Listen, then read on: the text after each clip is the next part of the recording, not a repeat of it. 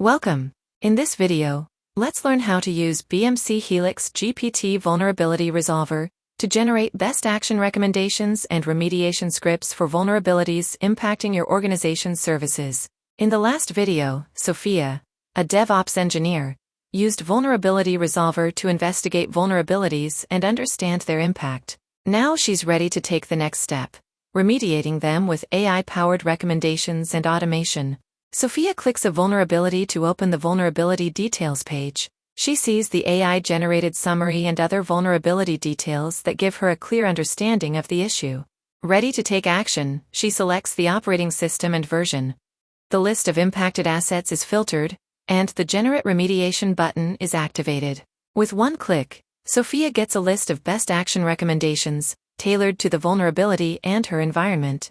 Next, Sophia opens the code wizard, where BMC HelixGPT instantly generates platform-specific remediation code, in this case, Ansible. Sophia reviews the code and saves it. Later, she can copy it to her existing scripts.